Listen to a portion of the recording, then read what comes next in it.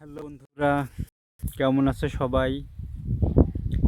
কিছুদিন আগের শান্তি চুক্তি, যুদ্ধবিরতি উপেক্ষা করে বর্বর ইসরায়েলি বাহিনী একের পর এক হামলায় গাজাকে ধূলিসাৎ করে দিল। আরব দেশগুলো, মুসলিম দেশগুলো তাকিয়ে তাকিয়ে দেখল সৌদি আরব যথারীতি পা চাটতে লাগলো ইসরায়েলের। আলেম সমাজ আবাবিল পাখি যেমন আব্রাহার হস্তি বাহিনী ধ্বংস করেছিল, মুসা নবী যেমন নীল নদের উপর দিয়ে হেঁটে গিয়েছিল অলৌকিকভাবে, গায়েবী ফেরেশতারা যেমন বিভিন্ন যুদ্ধে মুসলিমদের সাহায্য করেছিল, তেমনি একটা কিছুর আশায় হয়তো বসেছিলেন, কিন্তু শেষ পর্যন্ত কোনো অলৌকিক ঘটনা আর ঘটল না। গাজার অসহায় মানুষগুলোকে আমরা দেখলাম মারা যেতে, আহত হতে, বোমার আঘাতে লুটিয়ে পড়তে।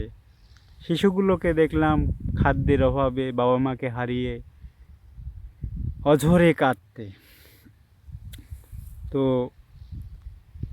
এর থেকে আমরা কি শিখলাম?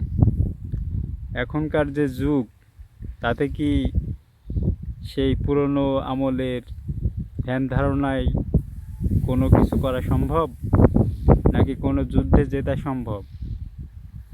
আধুনিক সমরাস্ত্র তৈরি, জ্ঞান বিজ্ঞান চর্চা, এগুলো বাদ দিয়ে শুধু মোনাজাত, তাফসির, তারজমা এগুলো নিয়ে থাকলে হবে? আলেম সমাজ, আপনাদের দোয়ার বরকতে নাকি অনেক কিছু হয়, কড়া করে কিছু দোয়া করে দেন না, আর তো এই জ্বালা সহ্য হয় না। আর এখন অনেকে আবার এটাও বলে, নিশ্চয় আল্লাহ উত্তম পরিকল্পনাকারী, কিয়ামতে অবশ্যই এদের বিচার হবে।